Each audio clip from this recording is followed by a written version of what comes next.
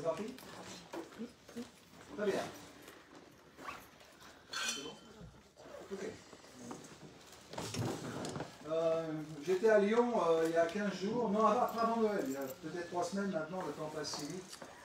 Et j'ai travaillé à Lyon sur un thème que je voudrais peut-être développer un petit peu avec vous. C'est le fait qu'en Christ, nous sommes tous prophètes, mais nous sommes tous aussi apôtres. Et je voudrais voir avec vous 2-3 caractéristiques de l'apôtre. Je vais vous donner les 7-8 points dont je vous parlais à l'instant, que l'on va traiter. Ce soir, on va faire peut-être l'appel de l'apôtre. Peut-être.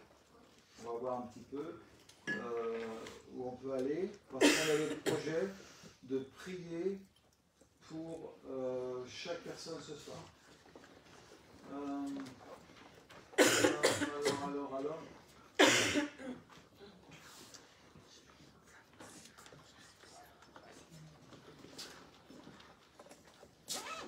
Juste pour que vous sachiez, est-ce que vous avez une petite idée de mon but? Quel est mon but dans tout ce que je fais moi? C'est pas ce que vous faites. On va le voir tout à l'heure. Mon but, c'est que je puisse être à votre place, assis tranquillement, et vous, debout, en train de dire ce que je dis et plus encore. Croyez-le ou pas, c'est mon but. Et on va voir que c'est très apostolique, profondément apostolique. Donc, ne prenez pas trop l'habitude d'être assis, parce qu'il y a Philippe qui veut vous mettre à l'œil. Le grand mot pour Théophile, ceux qui veulent, pour 2024, c'est ça? Je progresse quand même, je trouve. J'ai parlé il n'y a pas longtemps de Mitterrand président. Je peux vous dire que c'est encore bien parti. Je m'améliore. Je ne peux pas vous dire quel est le prochain président. Mais je peux vous dire que le Seigneur règne. Et le mot d'ordre pour cette année, c'est l'Éternel règne. Et nous proclamons la toute seigneurie, ou la seigneurie totale de Dieu. Voilà avec quelqu'un, je crois. Ici, vous voyez, je ne sais pas. Si Dieu n'est pas souverain, c'est-à-dire le Seigneur qui est au-dessus de tout, s'il y a quelqu'un au-dessus, je vous assure, je ne crois pas en lui. Je ne crois plus en lui. Mais je croirai en celui qui est au-dessus. Confiez-vous à celui qui est au-dessus de Si le diable est au-dessus de Dieu, pour être clair, si le diable dirige votre vie, à tel point qu'on soit obligé de lutter contre le diable pour que notre vie aille bien, etc. Donc ça veut dire que c'est lui qui dirige vos vies. Et quand vous luttez contre le diable, je ne parle pas de vous, mais bon, il y a le risque quand on lutte contre le diable de finir par le prier.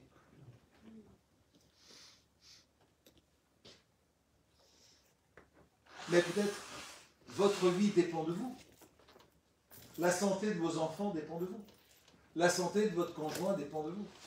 La marche de la France dépend de vous, de votre prière, de votre piété, de vos dons, de je ne sais pas quoi. Donc, ça veut dire que vous êtes au-dessus. C'est vous qui direz ça. Tout dépend de vous. La Bible dit non. Les prophètes il n'y a aucun prophète dans la Bible qui ne cesse de dire Dieu est souverain, il est au-dessus de tout. Il a tout décidé, il a tout voulu. Depuis le début, c'est moi qui ai décidé. Ainsi par l'Éternel. Je décide de tout, je veux tout. J'élève qui je veux, j'abaisse qui je veux. Je fais vivre et je fais mourir, je donne la santé, je donne la maladie. Ça, c'est la révélation des prophètes. Et ça, j'en connais qui ont du mal. Moi, le premier. Mais si ce n'est pas Dieu qui décide de tout, je suis mort. Si Dieu n'est pas pleinement souverain dans tout ce que je fais, ça veut dire que je fais ce qu'il veut que je fasse. Vous voyez, on arrive à des murs. Jamais. On arrive à des trucs que je ne comprends pas moi-même. Mais si je suis livré à moi-même, si ma vie dépend de moi, de mes choix, la vie de mes enfants dépend de mes paroles, si je dis des choses qui ne vont pas, il va arriver, je ne sais pas quoi, une catastrophe. c'est que Dieu n'est pas souverain. Et les prophètes dans la Bible ont dit Dieu est souverain, il n'y a personne au-dessus de lui. Personne au-dessus de lui. Personne qui décide de quoi que ce soit, sinon lui. Ça pose des problèmes, je vous l'accorde. Mais si Dieu à nouveau n'est pas souverain, si c'est pas lui à qui je vais m'adresser pour ma vie et pour être sauvé, si c'est pas Dieu, à qui tu vas t'adresser? Ah non, il y a l'homme aussi. Ah ouais, cherchez-moi un homme à qui je puisse m'adresser pour être sauvé. Cherchez-en un. Il y a le diable. Alors je vais demander au diable de me sauver. Et pitié de moi, le diable, tu rigoles ou quoi? Si Dieu est souverain pleinement, complètement. Et cette année, ça va être particulièrement une année où il va falloir se souvenir qu'il est souverain. Mais si on croit qu'il est souverain, alors on va vivre dans sa souveraineté. Vous savez, il y a 2-3 ans, je failli mourir. J'ai failli, c'est pas loin. Mais Dieu n'a pas obligé de meurtre. Il est souverain. Il m'a laissé ce qu'il veut. Il aurait pu me reprendre. Il y a des choses qu'on ne peut pas dire aux gens, mais des choses que Dieu peut dire à son peuple. J'avais une amie, je vous l'ai déjà dit, elle marchait avec sa gamine de 4 ans, je pense, au bord de la route, et sa gamine a fait un écart, et au moment où elle fait un écart, il y a un poids lourd qui arrive et qui lui emmène. Sa gamine, allez lui dire que Dieu est souverain. Il va vous étriper, et elle aura raison. Mais il n'en demeure pas moins que si Dieu n'est pas souverain, alors cette gamine qui est morte à 4 ans, elle n'est pas dans la gloire. Elle est je ne sais où. Cette mère dont le cœur a été arraché, elle ne sera jamais consolée si Dieu n'est pas souverain. Moi, je crois à l'éternité. Je crois que Dieu est bon, il est bienveillant. Son plan est bienveillant. Et même si je ne comprends rien de ce qui peut m'arriver aujourd'hui, je m'assure, je m'assois, je m'assieds, je fonde ma vie sur le fait que tu es souverain. Je ne comprends pas, je suis contre tout, je souffre au-delà de tout. Mais je crois en toi, que tu es souverain. Parce qu'il y a un après. Le monde ne connaît pas ça. On parle chinois quand on parle de ça. Mais moi, je parle des chrétiens. Vous savez de quoi je parle. Dieu est souverain à tel point que Dieu s'est livré en ses propres mains pour la gloire de son nom. Quand Dieu est à la croix, il dit, j'aurais le pouvoir d'appeler des légions d'anges, mais je ne le fais pas. Et pourquoi? Parce qu'il se confie en son Père. Comprenez ça. Dieu produit dans l'homme la foi dans la souveraineté de Dieu, en Jésus-Christ et par Jésus-Christ. Ça veut dire que si tu as le Christ en toi, tu as le pouvoir de vivre envers et contre tout, je dis bien contre tout, et si vous voulez que je vous raconte ma vie, vous allez voir que ma vie vaut largement la vôtre. Si je vous raconte là, je ne vous la raconterai pas. Mais j'en ai autant que les autres. Souffrance, de rejet, de peine. Peu de gloire. Beaucoup d'échecs. C'est ma vie. Et dans les pires moments, j'ai tenu à Dieu. J'ai gagné le moment difficile, c'est. Et j'ai tenu à Dieu et j'ai dit, il n'y a plus que toi, mais je ne vais que toi. Au fond, quand tu n'as plus que lui, tu te rends compte qu'il n'y a plus que lui. Et Dieu m'a dit clairement, il m'a dit, puisque c'est comme ça, ton nom ne sera plus Philippe, ça veut dire celui qui aime les chevaux, mais Théophile, celui qui aime Dieu. Et celui que Dieu. C'est comme ça qu'est né Théophile, dans les pires moments de ma vie. Théophile, vous êtes Théophile. Vous êtes les enfants de mes propres souffrances, les plus terribles. Dans toute ma vie, j'ai 60 chevaux mères. Ça change tout le temps. Et l'année 2024 va être l'année de la souveraineté de Dieu, ou de la désespérance, ou de la crainte. Le monde va s'effondrer, les puissances vont s'effondrer. Lisez vos Bibles, c'est écrit, j'invente rien, je ne suis pas en train de prophétiser quoi que ce soit, c'est dans la Bible. Mais la lumière va poindre en Goshen, au milieu de l'Église. À condition que l'Église comprenne que Dieu est souverain. Ce n'est pas les hommes qui sont en train de détruire la planète. C'est Dieu qui juge les hommes en détruisant la planète. Lisez vos Bibles, c'est écrit comme je vous le dis. Ce matin, je disais que les océans étaient en train de mourir. 2023, c'est au maximum, un peu plus, il n'y a plus de poissons. C'est dans vos Bibles. Et donc, quand c'est écrit dans la Bible, un tiers des poissons vont mourir, c'est marqué, eh bien, Dieu dit c'est moi. C'est pas les hommes. C'est pas parce que tu deviendras écolo, je sais pas quoi, tu vas changer quelque chose. Au contraire, il y a un jugement. Et je vais vous dire quelque chose. Dieu il est en train de dire à l'Église, vous avez deux solutions à l'Église. Soit vous baissez la tête, vous rentrez comme des moutons, soit vous allez devenir participant à mes jugements. Accrochez-vous là. Et lisez vos Bibles, vous allez voir que c'est quand les chrétiens prient, Dieu agit pour juger. Vous savez que Dieu, les chrétiens n'ont jamais été autant persécutés aujourd'hui dans le monde qu'aujourd'hui. Ça n'a jamais existé. La pire persécution se fait parmi les chrétiens dans le monde aujourd'hui. Vous croyez que Dieu est insensible à ça? Dieu a dit, j'ai entendu les cris que pousse mon peuple en Égypte. C'est la même chose. Hein. Et Dieu est en train d'intervenir dans le monde pour faire sortir son peuple, nous, pour le ramener à la maison. Et nous, on est tellement attachés à notre vie ici, on pense que c'est la fin de tout. Mais c'est pas ça. Ces choses sont préparées pour la destruction. Alors, soit la régénération, d'ailleurs, tout ça va changer. Et Dieu, il a le projet d'un peuple qui reçoit la foi pour amener des millions et des millions d'hommes à la foi et non pas dans la crainte. On va amener les gens là où on entraîne les gens là où on vit. Si vous regardez que ces news, je vous garantis que vous allez avoir des problèmes. Hein. Les autres aussi. Hein. Mais bon, je vous garantis, parce que ça ne nourrit pas notre foi, mais ça nourrit nos angoisses existentielles.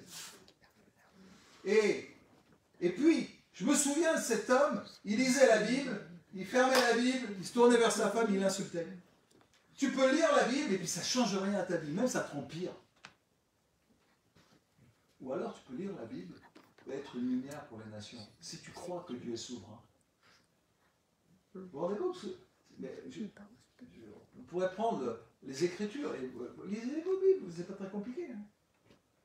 La terre chancelle comme un homme ivre. Les cieux vont fondre. Je sais pas ce que ça veut dire ce truc. La lune va se transformer en sang. Il n'y aura plus de lumière. Vous savez à quoi ça ressemble? À une explosion atomique. Ça fait plusieurs années, je dis, le Pakistan va balancer des bombes atomiques sur l'Inde et l'Inde va riposter. Ça va faire un hiver nucléaire dans tout l'hémisphère sud, vous allez voir. Et vous savez, si on ne met pas notre foi en 2024 dans la souveraineté de Dieu, on est mort. Et si on est mort, si je meurs, ça m'est déjà arrivé, je n'étais pas loin. Je vous assure, c'est pas si terrible que ça. En fait. C'est pas si terrible que ça. Pour moi, ce qui était terrible, c'est, j'ai écrit, je dis à quelqu'un d'ailleurs, je crois, ce qui était terrible pour moi, c'est que je ne pourrais plus verser, j'ai écrit à ma femme avant de mourir, j'ai fait un mot, j'ai dit, ce qui va me manquer le plus, c'est de plus te servir le thé tous les matins. C'est ce que j'ai écrit à ma femme au moment de mourir. Et donc il y a des choses, c'est vrai, moi ça m'embêtait de laisser les gens, mais ça ne m'embêtait pas de partir. Paul dit, c'est une délivrance. Le mot d'ordre pour 2024, c'est l'Éternel règne. La toute souveraineté de Dieu. Et Dieu va faire, et parallèlement à ça, Dieu envoie dans l'Église une réforme apostolique et prophétique, justement, pour changer nos mentalités, à tel point que l'Église va être glorieuse, sans tache, ni ride, ni rien de semblable. Et c'est cette Église qui va prendre. Vous croyez, sincèrement, que Dieu va vous prendre, vous, laisser les autres mourir comme ça, vous rêvez, quoi. Dieu veut que tous les hommes soient sauvés. Il faut changer une mentalité. Hein. 2024, c'est soit Dieu est souverain, soit il n'existe pas. En tout cas, le Dieu de la Bible. Il y a un profond mouvement de désordre qui est en train de se répandre dans le monde. C'est Dieu qui l'envoie. Vous entendrez les bruits de guerre, etc. Les nations se lèveront, on a des tremblements de terre. Lisez vos Bibles, zut! Pas avec des lunettes où on souligne juste ce qui nous plaît. Lisez tout. Et vous serez surpris de voir que toutes ces choses, l'air qui tue les gens quand ils respirent, la pollution des mers, de l'air, et puis les puissances démoniaques, je ne sais pas si vous êtes au courant, hein, ça va pas trop bien. Hein. Les puissances démoniaques qui se réveillent, c'est des petits esprits comme des grenouilles qui montent du puits de l'abîme et qui se répandent dans le monde. On appellera le mal bien, je ne dis rien. On arrive à la fin. Je vous en supplie, ne considérez pas que cette terre, c'est votre terre. Enfin, c'est votre maison. Vous êtes passagers sur cette terre. Ne vous attachez pas à ce qui passe. Attachez-vous à ce qui ne passe pas. Et moi, j'aime pas souffrir. Moi, je suis un homme. Donc, j'ai reçu un mail il n'y a pas longtemps, un de mes copains, il dit « Je suis en train de mourir, priez pour moi ». Alors oui, tout le monde, c'était dans un réseau, il déclenche les intercesseurs, il prie vraiment, hein, en vrai. Donc moi, je vois ça sur le WhatsApp, on déclenche les intercesseurs, au secours, vite, il est en train de mourir, etc. Et à la fin, à un moment donné, 1 heure après, sa femme, elle dit « Ah, vous inquiétez pas, c'est juste une gastro, je gère ». Alors moi, j'aime pas souffrir. Et lui non plus, il disait, bon, c'est bien un homme, il a une gastro, il dit qu'il va mourir, tout le monde. Bon, moi j'aime pas souffrir. Mais on ne nous a pas appris le martyr. Et pourtant, le martyr, c'est un des fondements du mouvement apostolique, du premier mouvement apostolique des premiers temps. Et ce sera une des bases du mouvement apostolique qui vient maintenant. On ne nous a pas appris à souffrir. Watchman Nee, dans les années 30-40, je ne sais plus, dans ces années-là, il a été emprisonné. Et il disait « Je regrette de ne pas avoir assez enseigné le martyr aux chrétiens. » En Chine, Watchman Nee, c'est un chinois. Au fond, Dieu est souverain. Quoi qu'il arrive, il reste souverain. Même si je meurs maintenant, je ne mourrai pas, je vous rassure. Mais même si je meurs maintenant, même si je meurs, je suis mieux là où je suis. Mon espérance n'est pas sur cette terre. J'en ai tellement bavé que c'est plus sur cette terre. Je vous dis, c'est la vérité. Mon espérance est dans le Dieu souverain. Ce qu'il m'a dit, il va l'accomplir. J'y comprends rien. Ce qu'il a écrit dans la Bible, j'y crois, c'est écrit dans la Bible. Même si je ne le vis pas, même si je ne le vois pas.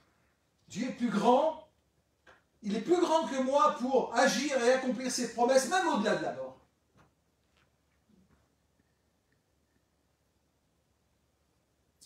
Ce que je viens de dire, c'est profondément biblique. Ça s'appelle la résurrection. Pour mettre un mot pour ceux qui n'ont pas bien compris. Paul dira, si Christ n'est pas ressuscité, votre foi est vaine et vous êtes encore dans vos péchés. Bref, tout ça c'est du cirque, d'amitié. Si je ne crois pas à la résurrection, alors ma foi est vaine. Parce que si je ne crois pas à la résurrection, je fais que la résurrection de Jésus est nulle. Non. Et Jésus est ressuscité pour moi, n'est-ce pas? Donc, le mot d'ordre, c'est Dieu règne. Dieu règne. Et la toute souveraineté de Dieu. Théoriquement, si vous êtes sur le WhatsApp de Théophile, vous avez reçu le petit mot que j'ai envoyé. Non, je l'ai envoyé aux élèves, mais je ne l'ai pas envoyé à tout le monde, c'est pas possible. Bon, Nathalie, tu l'as reçu. Bon, ok. Nathalie, c'est à peu près ça. C'est un peu plus encourageant quand même, peut-être. J'espère vous encourager à la foi. Et ceux qui me connaissent le savent, je prie souvent, très souvent, pour que notre foi augmente. Des fois, les gens, ils ont tellement de problèmes, je ne sais plus quoi faire. Je dis, Seigneur, que sa foi augmente. Et la mienne aussi, surtout. Parce que ne croyez pas que c'est l'homme qui est en train de faire quelque chose. C'est Dieu qui est à l'œuvre. Et la solution, c'est pas du tout en mettant moins de voitures. Faites ce que vous voulez avec vos voitures. Mais la solution, c'est une repentance, c'est un retour à Dieu. C'est tellement vrai que quand vous lisez l'Apocalypse, vous voyez que Dieu envoie des catastrophes comme ça, des jugements, ça s'appelle des jugements, des cataclysmes, qui sont d'abord des jugements. Et c'est toujours pour ramener les hommes à lui, toujours. Mais qui va prêcher l'évangile si ce n'est pas nous? Bon, vous êtes dans la rue à dire plus de pollution, plus de pollution. Arrêtez! Il y en aura plus. Arrêtez, perdez votre temps. À l'inverse, allez dans la rue en disant mais j'ai une solution, même si vous passez pour un dingue. Apportez, parce que, on l'a dit tout à l'heure, Dieu va répandre son esprit sur toute chair. C'est ça notre espérance. Je vous en supplie. Alors je voudrais parler de l'imposteur. Donc pas de question. C'est ce que je pense avoir entendu dans le ciel. Et ça va avec le nouveau culte de la céleste, ça va aussi avec la réforme apostolique. Tout ça, ça se mélange. Et je voudrais vous donner les 7 ou 8 plats qu'on va traiter dans l'année. Je ne vous dis pas quel jour, comme ça s'il y en a qui vous intéressent, l'autre qui ne vous intéresse pas, vous ne viendriez pas. Alors, ok. Donc, ça marche?